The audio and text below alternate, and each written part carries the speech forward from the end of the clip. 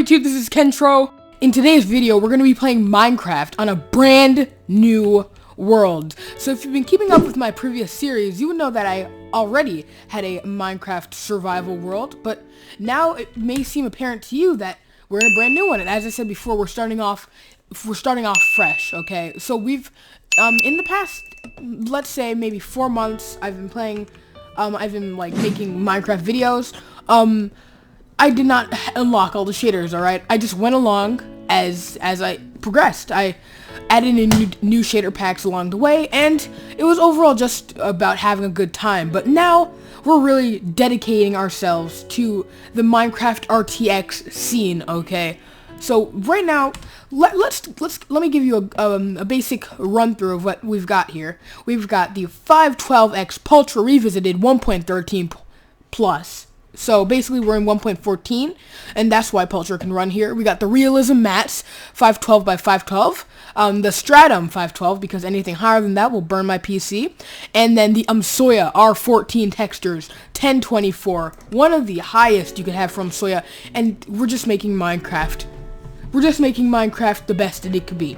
So, last time we played Minecraft in RTX, our seed wasn't so good, and I really didn't want to say anything, but it became apparent as I spent literally hours mining and only finding 3 diamonds, and then never finding any more again. I tunnel mined for about days in combination with the hours, and found no diamonds, and the nether was just a mess. I mean, there was no real indicator for anything in the nether, so I decided to start fresh. I decided to start on a high note with all the great textures rather than just using Soya and Seuss. We're using Continuum now, Stratum and Soya, to just make Minecraft go that little bit further. The reason why we have Soya at the bottom is because Stratum textures, I believe, in my opinion, might be a little bit better than Soya textures. But if there are any Soya textures that they do not cover, then the Soya textures can take over at the bottom. And that's how it works, basically. But you can already see the textures of the grass and stuff. I mean, you can just lie down in the grass and it would feel so realistic. But this seems like a pretty good spot to make our home. So far, a pretty good spawn point already. I mean, we're surrounded by a dark oak. There's a little pond here for fishing. We can dig in there, and there's a cave right here. So I'm interested in seeing what will come of this series. Okay, so straight off, I decided to just make the wood because we need to get started with getting all our tools and stuff. The first thing you want to really do when starting off Minecraft is get your tools. Now, I would start off with the wooden pickaxe and then gradually go on from there. Because if you're going to need anything and you don't have that much supplies, you should make a pickaxe first, because with the pickaxe you can make so many other stuff. Alright, so what I like to do in the beginning of a Minecraft series is I like to dig downwards. And luckily for this little deposit right here, we actually have stone easily accessible to us. So if we just break this very high graphical dirt in front of us, we can break the stone, and then we can make ourselves a furnace and all the different types of stone tools. One step closer for us building our house. Luckily, we did notice a bunch of sheep all around us, so it'll be really easy to make our own bed. Is this a cave? Oh, that's a part of the entrance to the cave. Wow, this spawn is already looking good, and plus, you notice that the glare. What should I call it? I don't know what to call it. It's like the lingering effect after I swing my pickaxe isn't as apparent as it once was before, and that's because of the differences in shaders and stuff. So that's another upside, and you can see the stone actually has texture now. So yeah, that's another thing. This is just so realistic. I mean, you don't have to stare at the grass too closely, but once you stand at a reasonable distance, you can just see how amazing it is. Now, the higher it gets, the more pixels is in the block. The reason why this is so high like graphical is because this is 512 pixels by 512 pixels. If you were to use a 2048 one, it would be 2048 pixels, making it even more high graphical. But if it was only 128, all the blocks would be clumped together. And that's why you would really want to go for the highest one that you can to make it as realistic as you can, as long as your PC can run it. Okay, so let's start by killing off some sheep. We don't want them to escape before we can actually make our bed. Okay, hopefully I can get rid of this one pretty quickly. Speaking like that, jinxing myself. Alright, and there's another sheep right here, but, whoa, lag. I mean, not lag, frames. Okay, we have 2 white wool. We need 1 more in order to make the bed. Alright. This is a pretty eerie area. There's just so much everything. It might be pretty difficult to actually find another sheep. I might have to change some of my settings because I am using, yep, we're at 13 chunks right now. If I increase the chunks, yeah, I'm not going to increase them to max. I'm increasing them to 25. I'm increasing the frame rate, but I'm probably going to do some changing. Okay. Well, while we can't find sheep, we might as well make stuff with the things we have. So we have 22 cobblestone. I'm not sure if this is going to be enough to make ourselves a furnace with all the other stuff that we're going to be making. So we'll just have to go mine for more stone. All right. Whoa, flickering on and off. I think it's the frame rates. I set them too high. I mean, not the frame rates, the render distance.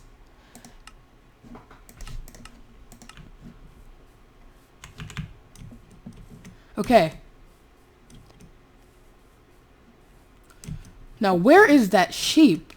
I could have sworn we've seen more than only 2 white sheep, right? I mean, if I can't make what I want to make now, then I might as well just start building other stuff, like my house. Oh, 2 sheep, 3 sheep, 4 sheep right here. Oh, the Lord has heard my prayers. Okay, so I believe up here on this hill, right next to my crafting table, would be a pretty good spot to make my house. Actually, is this the plains? Yo, that's perfect. It's such a great view. Let's break some of these trees. Okay, so we decided that we're gonna build the house over here. Let's just craft some more materials and let's get started. Okay, so we're gonna make the generic 9x9 house. 1, 2, 3, 4, 5, 6, 7, 8, 9. All right, I'm about to cut out all of the building up spot, but I'll come back when we're finished. Scratch that. We're doing a time lapse.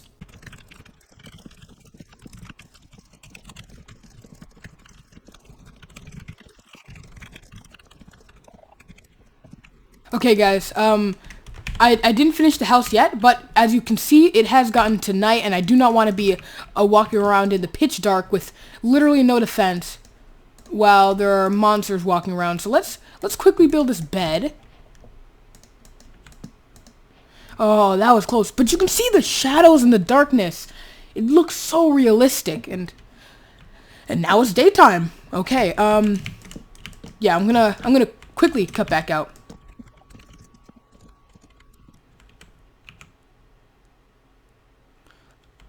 Guys, it looks like there's a forest fire. Yeah. We are in,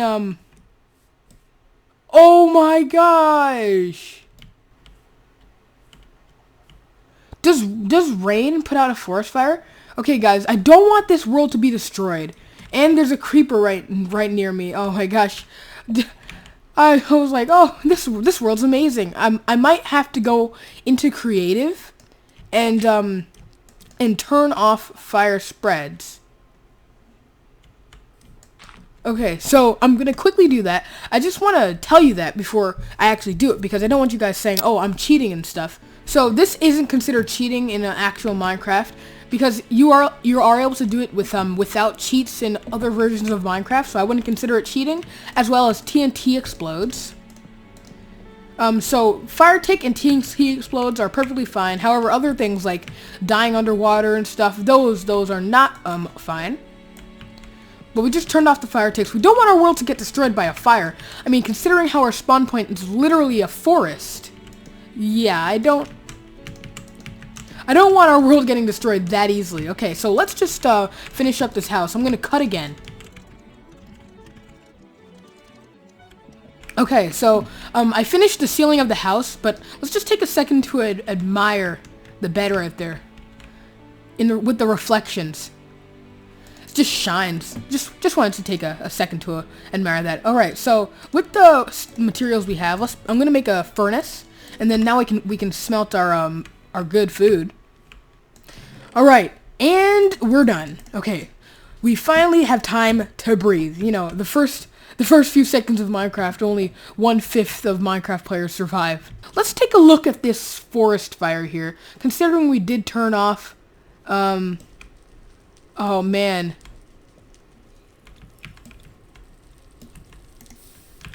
Wow. This is just bad.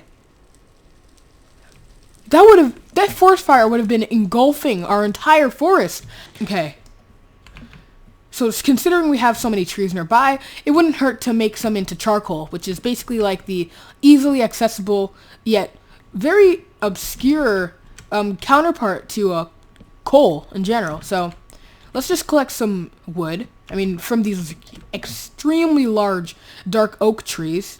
So if you were wondering why I decided to why I decided to quit, or not quit, move to this version of Minecraft, this other world, is because basically I died, and I died real bad. Like, I'm pretty sure it was in a very obscure place. Very obscure place. I was nerd piling up, and then there was a cave, and then there were like 5 creepers. 5 creepers, right? So then I almost definitely lost my stuff, all of my stuff that I've worked for. And it really wasn't worth it. It really wasn't worth it because that world was not promising at all. There was nothing that really kept me motivated on that world, but this world in particular is looking pretty good. I mean, that world before was basically an island. There was nothing to explore. This world has so many different scenery opportunities, has so many different thumbnail opportunities, especially. Oh man, did I just make all of them? Did I just make all of them into actual wood? It's a force of habit. It's an annoying force of habit. Okay, so luckily, one of the upsides with accidentally making all the wood that we had into regular wood, into like planks, is because now I have double what I would have before. There's a lot of reasons why I moved to this world, but one of the main reasons that will stink, first of all, is getting all my stuff back, like the iron and stuff. And another thing that will stink is recreating the farm. So I've not seen any villages, but again, you guys have basically seen everything that I've seen. Unfortunately, I just broke the bed. You guys have basically seen everything that I've seen, and I didn't explore very far. Hopefully, I do find a village somewhere. Luckily, we did put out that fire, so if that fire did extend, it would most likely probably hit the village if we do find one. But maybe next episode, because in the second episode of my previous series, I did find a village. We'll find another village, and basically like remake my Minecraft series. Look at everything here. It just looks amazing. Look at my shadow. Look at the reflection. Look at the dirt. Look at the dirt. The dirt, it looks like actual soil under the sun. It's amazing. It makes you kind of wish that you could live here. If only my VR and my PC could collaborate and basically do this in VR. I have played Minecraft with VR, but VR is very limiting when it comes to that kind of stuff. I mean, you have RTX, Minecraft, and VR in the same place at the exact same time. No, it just won't work.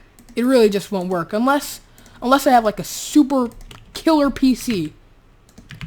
It won't work. Okay, so yeah, I forgot to mention one of the things that sucks about the Stratum resource packs is that it does not work well with torches. You basically need windows in order to light up your house.